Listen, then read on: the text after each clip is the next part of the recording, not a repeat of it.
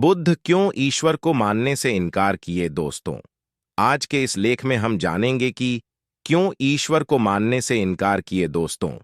आपके दिमाग में भी कभी ना कभी यह सवाल जरूर आया होगा कि ईश्वर है या नहीं।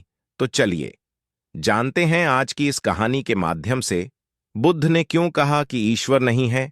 दोस्तों, गौतम बुद्ध अपने जीवन काल में अपने प्रवचनों से मानव जीवन में क्रांति लाई थी और हम जानते भी हैं कि गौतम बुद्ध की बातों में जीवन जीने की कला की चाबी छुपी हुई है। उनके जीवन में घटित हुई घटनाओं से बहुत कुछ सीखने को मिलता है। ऐसे ही एक घटना के बारे में आज मैं आपको बताऊंगा। गौतम बुद्ध के समय में एक सवाल उनसे अक्सर पूछा जाता था, बुद्ध क्यों ईश्वर को मानने से इनकार किए।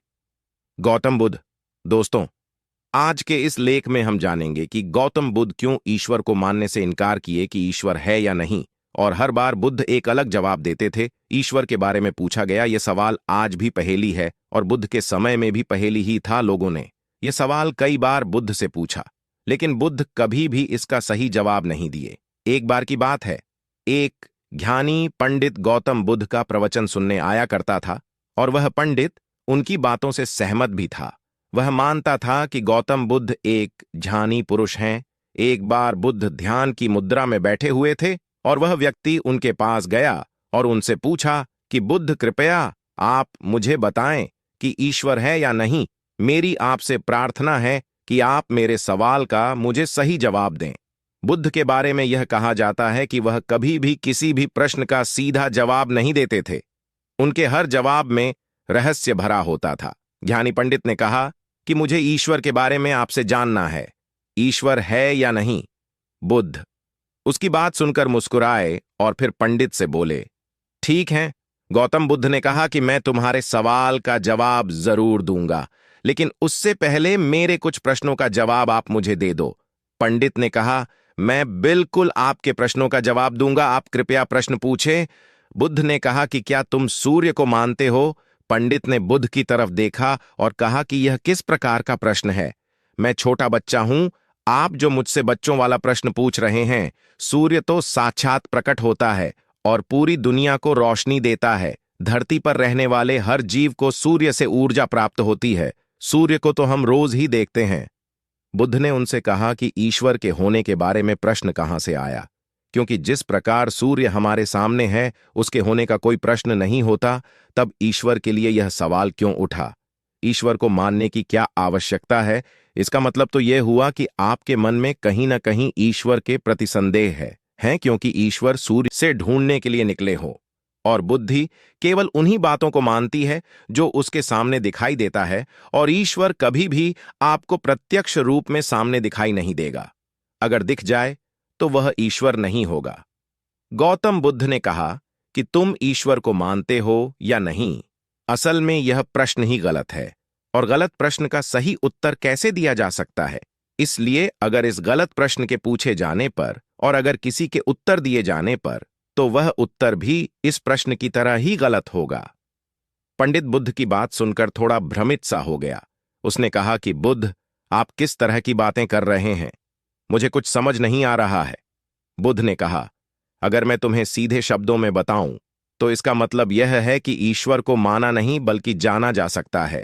अगर तुम मुझसे यह प्रश्न करते कि मैं ईश्वर को जानना चाहता हूं तो मैं तुम्हारी मदद कर सकता था, और जिस दिन तुम ईश्वर को जान जाओगे उस ईश्वर की व्याख्या तुम सीधे कभी नहीं कर पाओगे। लेकिन लोगों को ईश्वर के दर्शनों का स्वाद चखने में मदद जरूर कर सकते हो।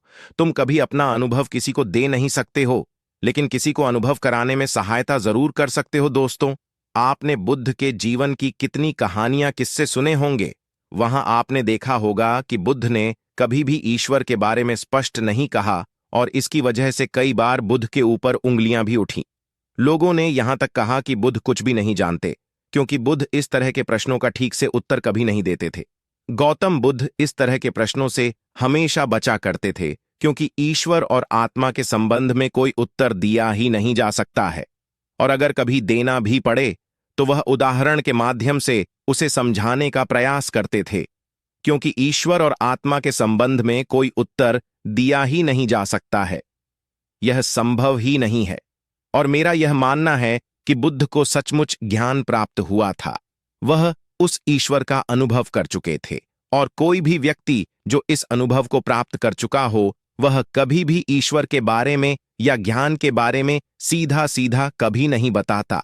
वह आपके प्रश्न को बीच में ही लटका देता है, क्योंकि वह चाहता है कि आप उसका स्वाद खुद चखे। गौतम बुद्ध ने कभी वह गलती नहीं की जो आज के कुछ धर्मगुरु कर रहे हैं। कहने का मतलब है कि जितने भी ज्ञानी पुरुषों ने ईश्वर के बारे में स्पष्टीकरण किया, उनके अनुयायियों ने उनके धर्मगुरुओं द्वारा ईश्वर के बारे में कही हुई बातों को मान लिया और अपने अलग अलग समुदाय बना लिए। फिर क्या हुआ? आप यह देख ही रहे हैं। उन गुरुओं द्वारा दी गई प्रामाणिकता के आधार पर आज वह सभी समुदाय एक दूसरे के दुश्मन बने हुए घूम रहे हैं और हथियारों के दम पर यह प्रमाणित करना चाहते हैं कि मेरा गुरु सही है, मेरा ईश्वर सही है। वह लोग ये कहते हैं कि तुम अपनी ईश्वर को छोड़ो और हमारे ईश्वर को मानो, क्योंकि हमारा ईश्वर सत्य है। अगर कोई व्यक्ति ईश्वर की सीधी व्याख्या कर देगा तो अज्ञानियों की भीड़ उसकी बातों को मान लेगी। वह भी ईश्वर का अनुभव कभी नहीं करेगी। वह भीड़ तो केवल आपकी कही गई बातों के आधार पर किताबें लिख देगी और हाथ में तलवार लेकर चल पड़ेगी कि हम अपने समुदाय को बढ़ाएंगे, अपने धर्म को बढ़ाएंगे, प्रचार प्रसार करेंगे। शायद बुद्ध इस बात को जानते थे, इसीलिए उन्होंने कई बार ईश्वर के वजूद को भी नकारा। इनकार इसलिए किया कि आपकी प्यास और गहरी हो सके, आप उसको जानने के लिए उतावले हो जाए। अगर बुद्ध ईश्वर के बारे में सीधे सीधे कह दे तो भीड़ आसानी से उनकी बात मान जाएगी। और ऐसे ही हमने धरती पर ना जाने कितने ही ईश्वर और भगवान को जन्म दे दिया है। ऐसा लगता है कि ईश्वर ने मनुष्य को नहीं बनाया, बल्कि मनुष्य ने ईश्वर को पैदा किया है। तो दोस्तों, गौतम बुद्ध की कहानी से हमें क्या शिक्षा मिलती है कि भगवान को मानना नहीं बल्कि जानना चाहिए और उसका अनुभव लेना चाहिए।